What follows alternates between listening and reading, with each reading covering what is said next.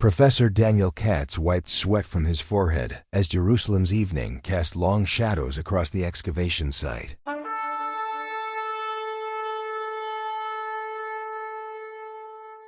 "6 weeks into the dig, his team had found nothing beyond ordinary artifacts until now. Professor, you need to see this," called Sarah, a graduate student from NYU who'd been brushing soil from what appeared to be an ordinary wall section. Daniel made his way across the rocky terrain, his knees protesting after hours of crouching. At 58, fieldwork wasn't getting easier, but Jerusalem still captivated him as it had 30 years ago. Sarah pointed to an unusual seam in the stonework. "The mortar here is different, newer, maybe mid-20th century," Daniel frowned. This section of the old city had remained undisturbed since the 1950s. Any modifications should be documented. Yet their research indicated nothing. With careful precision, Daniel tapped the suspicious mortar. It crumbled easily, revealing a small cavity. His flashlight beam illuminated something metallic. He extracted a tarnished copper cylinder, roughly the size of a cigar. "Document everything," he instructed, calling over Michael Chun, their conservation specialist. "Looks like a time capsule," Michael observed, examining the cylinder. "There's an inscription, but it's corroded. Back at the American Research Center." Michael worked on the cylinder while Daniel paced anxiously. 2 hours later, Michael carefully unscrewed it, revealing a well-preserved rolled document. Inside was a map of Jerusalem with markings near the western wall, accompanied by handwritten notes in English, Hebrew, and Arabic. "This is dated April 1948, Daniel murmured. "Just before Israel's declaration of independence." He read aloud, "The agreement is sealed. When peace fails, seek beneath David's stone.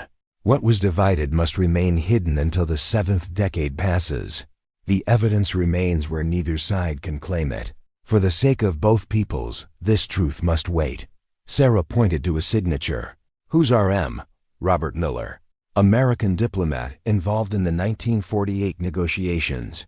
Disappeared mysteriously in 1950, body never found." Michael carefully preserved the document. The 7th decade since 1948 would have passed in 2018. Why wasn't this retrieved? Perhaps whoever was supposed to never got the chance. Daniel replied, reaching for his phone to call the Israeli Antiquities Authority. His phone buzzed with a text. "Do not report what you found. You're being watched." Daniel stared at the screen, a chill running down his spine despite the warm night. "Everything okay?" Sarah asked. He hesitated. "Fine, just my wife." The lie felt necessary until he understood what they'd stumbled upon. As Daniel drove home through Jerusalem's quiet streets, the ancient walls seemed to watch him with new intensity. Whatever Robert Miller had hidden in 1948 had remained secret for 77 years. Someone had gone to great lengths to conceal it, and someone still wanted it hidden. After 3 decades studying Jerusalem's past, Daniel might have accidentally uncovered its most dangerous secret, one that people were still willing to kill to protect. Daniel barely slept that night. The anonymous text message kept replaying in his mind. By dawn, he'd made a decision he would investigate privately before notifying authorities. At 6 a.m., he called Dr. Eliana Shapiro, a historian specializing in Israel's founding period. If anyone could shed light on Robert Miller's activities in 1948, it would be her. A secret document from Miller? Eliana's voice crackled through the phone. "Daniel, that's extraordinary. His disappearance has been a historical mystery for decades. Can we meet? Today?" 2 hours later, they sat in a quiet cafe in Jerusalem's German colony neighborhood. At 72, Eliana remained sharp-minded, her eyes brightening as Daniel described the document. Miller was working on negotiations between Jewish leaders and Arab representatives before the war, she explained. There were rumors of unofficial agreements, compromises neither side would publicly acknowledge. Daniel leaned forward. Could these agreements have been controversial enough to warrant hiding evidence? Absolutely. 1948 was chaos-shifting alliances, unofficial negotiations. If Miller brokered a deal that contradicted official positions, double quotes. She paused. It could still be explosive today. Meanwhile, Sarah conducted her own research. The map coordinates pointed to an area beneath the Western Wall Plaza. Comparing historical maps, she identified a section that had been renovated in the 1970s, potentially concealing whatever Miller had hidden. By afternoon, Daniel met with Sarah and Michael at the research center, unaware they were being photographed by a man in a parked car across the street. "We need access to the area beneath the Western Wall," Daniel explained, showing them Sarah's findings. "But that requires official permission, which means reporting the discovery," Michael noted. Daniel shared the threatening text. "Someone already knows what we found. I don't want to alert more people until we understand what we're dealing with." Sarah's expression hardened. "So we go unofficial. It's risky," Daniel warned. "But I have a contact, Yusuf Khalidi, whose family has maintained sections of the old city for generations. He might help us access the site discreetly." That evening, Yusuf met them near Damascus Gate. A heavy-set man in his 60s with calloused hands and knowing eyes. He listened carefully to Daniel's sanitized explanation. "You're not telling me everything," Yusuf observed. "But I've known you 20 years, Daniel. I trust your intentions." He led them through narrow alleys to an inconspicuous door. "This maintenance passage connects to older tunnels. It will get you near your coordinates. I'll wait here. Some questions are better left unanswered." The passage was tight and musty. Decades-old electrical wiring ran alongside ancient stone. After 15 minutes of careful navigation, they reached a small chamber that matched the map's location. "This is it," Sarah whispered, shining her flashlight around the space. "But I don't see anything unusual." Daniel examined the floor. The document mentioned, "beneath David's stone. Look for anything with a Star of David." Minutes passed in tense silence before Michael called out, "Here." He pointed to a worn carving on a floor stone, a faint but unmistakable hexagram. Together, they managed to shift the heavy stone, revealing a small cavity beneath. Inside lay a metal box, roughly the size of a hardcover book. Daniel carefully extracted it. "Let's not open this here. We need controlled conditions." As they retraced their steps, Sarah whispered, "Do you think we're really being watched?" "I'm certain of it," Daniel replied, clutching the box. "The question is, by whom?" Outside, Yusuf was waiting anxiously. "You found what you sought?"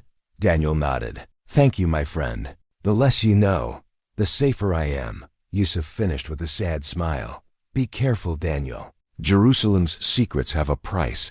Unnoticed in the shadows, a figure watched them depart, then made a phone call. "They have the box. Shall we intercept?" The voice that answered was cold and decisive. "No, let them open it first. Then take everything." The team reconvened at Daniel's apartment rather than the research center, a precaution that felt increasingly necessary. With curtains drawn and phones placed in the refrigerator to block potential surveillance, they gathered around the kitchen table where the metal box sat unopened. "I've never felt like a conspiracy theorist until today," Sarah remarked, attempting to lighten the mood. Michael prepared his conservation tools. "This box has been sealed for over 70 years. The contents could be fragile or dangerous," Daniel added quietly. Working methodically, Michael removed decades of corrosion around the seal. The lock mechanism was simple but stubborn. When it finally yielded, the lid rose with a soft hiss of displaced air. Inside, they found several items: a leather-bound journal, a set of photographs, an official-looking document with multiple signatures, and a small envelope addressed simply, "For after." Daniel carefully opened the journal first. "It's Miller's personal account," he confirmed, recognizing the handwriting from the cylinder document. "April through May 1948. As Daniel read selected passages aloud, a remarkable story emerged. Miller had facilitated secret meetings between moderate leaders from both sides, who recognized that the UN partition plan would lead to bloodshed. They had negotiated an alternative agreement, one that included shared governance of Jerusalem and compromised boundaries significantly, different from what became the 1949 armistice lines. "Listen to this," Daniel said. "May 2nd, 1948. The agreement is signed. 6 representatives from each side committed to terms that could save thousands of lives. But extremists from both communities have threatened violence if these compromises become public. The signatories fear for their families. Sarah examined the official document. These signatures, they include prominent figures from both sides who publicly advocated hardline positions. Their own people would have seen this as betrayal, Michael observed. Daniel continued reading. May 10th. Violence escalates daily. Our agreement has been denounced by both governments before they've even seen it. Maintaining the secret has become a matter of life and death for all signatories. I've been instructed to destroy all evidence, but cannot bring myself to erase this chance for future peace. The final entry was most chilling. June 3rd. I am being followed. 3 signatories have already died under accidental circumstances. I've hidden the original agreement and supporting evidence where neither side controls. This journal and copies go into secondary locations. If peace ever becomes possible, the truth must survive to show that compromise once existed. Eliana, who had arrived midway through their examination, lifted the envelope labeled "For After."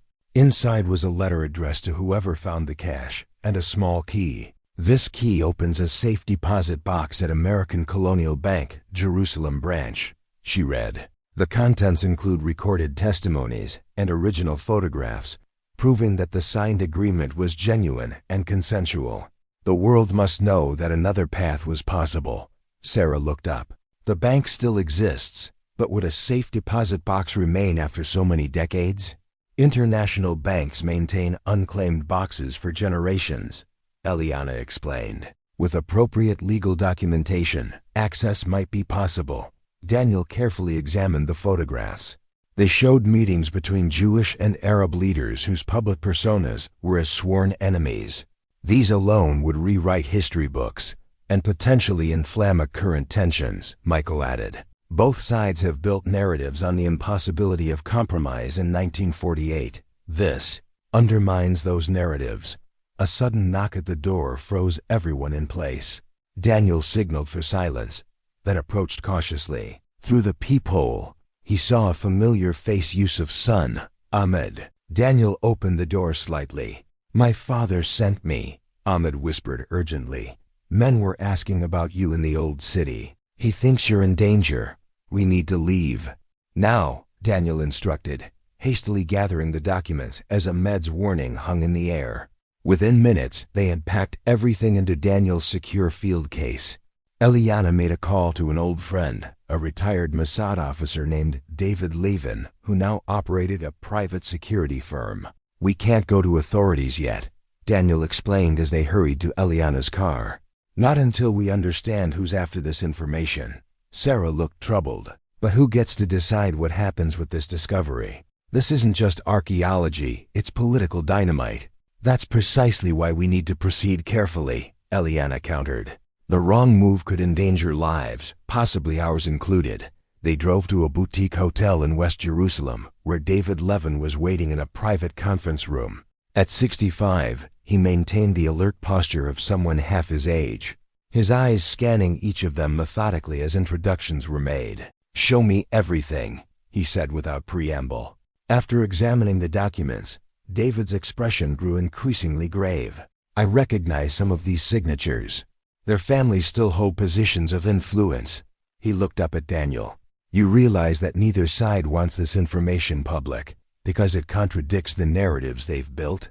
Michael asked. Because it shows compromise was possible then, which raises uncomfortable questions about why it hasn't been possible since, David replied. Both governments would prefer this remained buried. So what do we do? Sarah demanded. Surrender the truth to protect the status quo. David smiled thinly. I didn't say that. I said we need to be strategic. The bank is our next step. We need the complete evidence before making any decisions. The following morning, David accompanied Daniel to American Colonial Bank. The process of accessing a 77-year-old safe deposit box required extensive verification, but David's connections expedited matters. Inside the box, they found exactly what Miller had promised. Recorded testimonies on preserved magnetic wire, original photographic negatives, and a complete copy of the agreement, a comprehensive peace plan that, had it been implemented, might have changed the course of Middle Eastern history. When they reconvened at David's secure office, The gravity of their discovery weighed heavily on everyone. "We have 3 options," David outlined. "First, turn everything over to both governments and let them decide, likely meaning continued suppression. Second, go public immediately with everything potentially causing unrest, but ensuring the truth emerges. Third, take a measured approach, carefully preparing selected historians, journalists, and moderates from both sides before a controlled release." The room fell silent as each person considered the implications. "There's a 4th option," Daniel said finally. "We return everything to where it was hidden and walk away." Eliana shook her head firmly. "Miller didn't hide this so it would remain buried forever. He preserved it for a moment when the truth could make a difference. Is this that moment?" Michael wondered aloud. Sarah had been quiet, but now spoke with conviction. "I keep thinking about Miller's last entry. 3 people died because they believed in peace enough to sign that document. We owe it to them and to Miller to make their courage mean something." Daniel nodded slowly. "We go with the 3rd option. Controlled release, but complete transparency. No government gets to filter this information." "It will be dangerous," David warned. "Once we start this process, powerful interests will try to stop it. Then we need insurance," Daniel decided. "Digital copies distributed to trusted individuals worldwide, set to release automatically if anything happens to us." As night fell over Jerusalem, they finalized their plan. In the morning, they would begin the careful process of bringing a 77-year-old secret into the light. From his hotel window, Daniel gazed at the ancient city, a palimpsest of civilizations, conflicts, and compromises. The lights of the old city glowed softly in the distance, houses of worship from 3 faiths sharing the same skyline. Tomorrow, Jerusalem's complex history would gain a new chapter, one that might challenge decades of entrenched narratives but could also offer something more valuable, proof that even in the darkest moments, individuals on both sides had been willing to choose peace over division. The text message alert on Daniel's phone broke his reverie. It was from an unknown number, but different from the threatening one before. Miller would be proud. "Proceed with caution, but proceed. Not everyone wants the past to stay buried." Daniel smiled. The revelation that had surprised Jerusalem tonight was just the beginning.